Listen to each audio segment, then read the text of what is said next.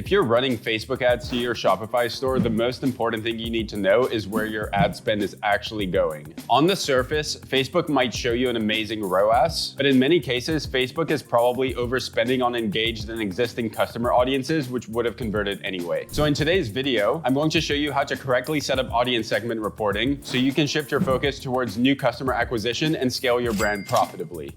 So when setting up a campaign, you'll notice this section right here, and you might be wondering, what does this actually do? This is called audience segment reporting, and it's where you define to Meta who your engaged and existing customers are. Existing customers should be defined as the people who purchase from your store, whereas engaged audiences should be defined as anyone who's interacted with your brand before, so people who have either been to your website or completed an action such as an add to cart or a checkout, but did not purchase from your store.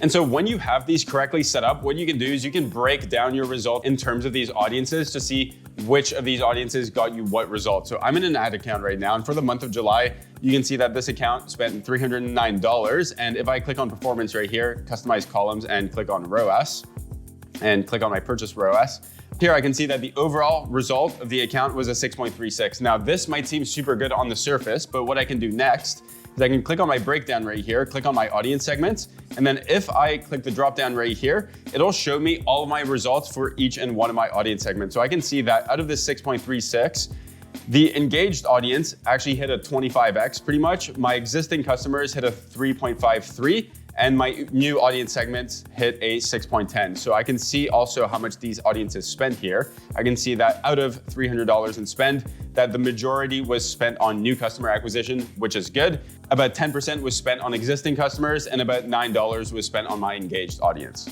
If you don't have this set up correctly or just don't have it set up at all, what will happen is that 100% of your ad spend will be shown to have come from this unknown source down here, and the ROAS will be attributed to an unknown audience. So in other words, what happens is you have no idea where your result actually came from. For all you know, it could have 100% come from existing customers, or it could have come from 100% a new customer standpoint. You don't actually know until you get your audience segment reporting working correctly. And this is a huge issue for two reasons if you don't have this working. Number one is the second you define to Meta who an existing customer is, Meta has a much better idea of which types of new customers are more likely to convert. So if you're trying to focus on new customer acquisition and you're clearly labeling to Meta who has purchased from you before, you're now giving the algorithm a much better signal of who is more likely to convert as a new customer. So that's the first thing, and it should automatically just help your ad results. The second issue of not having this correctly set up or not looking at these numbers often is that if you don't look at these numbers often, Meta will often overspend on engaged and existing customers. And that's because an existing customer or an engaged customer is much more likely to convert from your store because they've interacted with your brand before,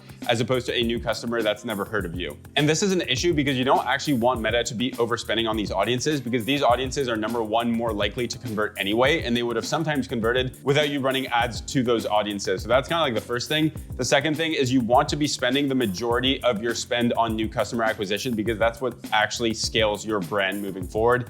You don't scale a brand by spending 50% of your ad spend on existing customers. You have to spend, give or take, 80 to 90% plus on new customer acquisition if you want to actually scale your brand profitably. So in order to set these up correctly, you'll need to do two things. Step one is to build out all of your engaged and existing customer audiences. And then step two is to define those within your audience segment reporting section. So we'll start by creating our custom audiences first. So to do this, what I want to do is I want to go into here and go into my audience section. For this ad account in particular, I'm going to build two different audiences here. One which I'll use for the engaged audiences and one which I'm going to use for the existing audience. I'll start with the engaged audience.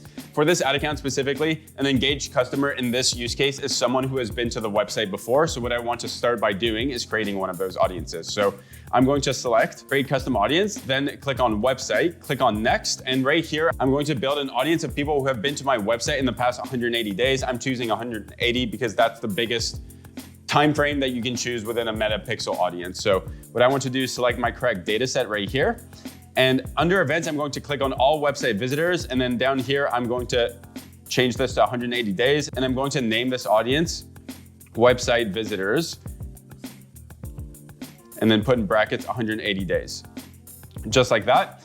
And then the second thing I would want to do is build out a custom list of people who purchased in the past 180 days. So the process is the exact same. You create a custom audience, but the only difference is instead of selecting people who have been to the website, you select people who have purchased in the past 180 days. And what you would end up with is an audience that looks similar to this, which is called essentially my purchasers for the past 180 days. So at this point, I'm ready to move forward to the next step. I have my first audience, which is this one right here, which I'll be using for my existing customer base because this is the people who purchase from me. And then I have my second audience right here, which is just my website visitors who have not purchased before, and I'm going to use this to define it as my engaged audience. So now that our audiences are ready to go, the only thing we have to do now is define them.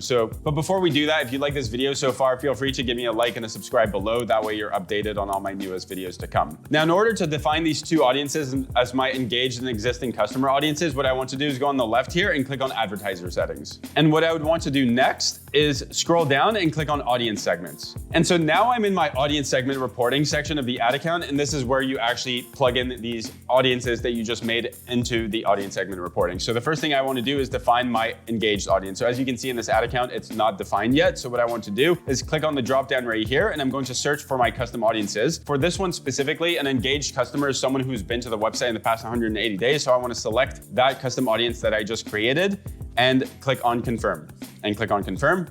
And then the second thing I want to do is define my existing customers. And so to do that, what I would do is click the drop down right here and then search up my purchase list. So I would select this right here because that's the people who purchased in the past 180 days, which is my existing customer base. And from there, I would click confirmed. And from now on, we can see that my engaged audience is defined as people who have visited my website, and my existing customer is defined as people who have purchased from my website.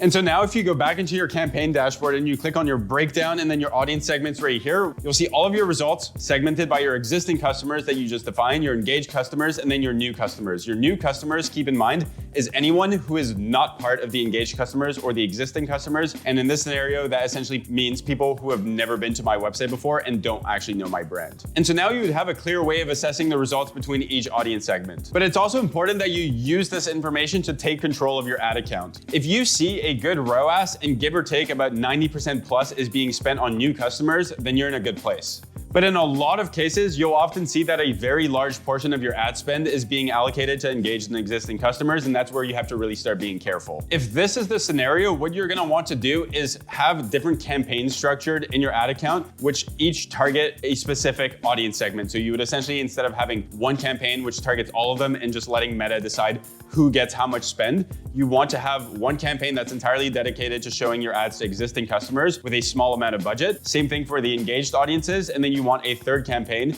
that has engaged and existing audiences as exclusions within this campaign. That way the campaign is 100% dedicated to showing your ads to new customers, where you set the budget to that campaign of about 90% plus of your total account budget. As a good rule of thumb, you can mess around with your budgets, but if your goal is to grow and scale your brand, then you should be spending about 85% plus on new customer acquisition, about 10% on retargeting or engaged customers, and about 5% on retention or existing customers.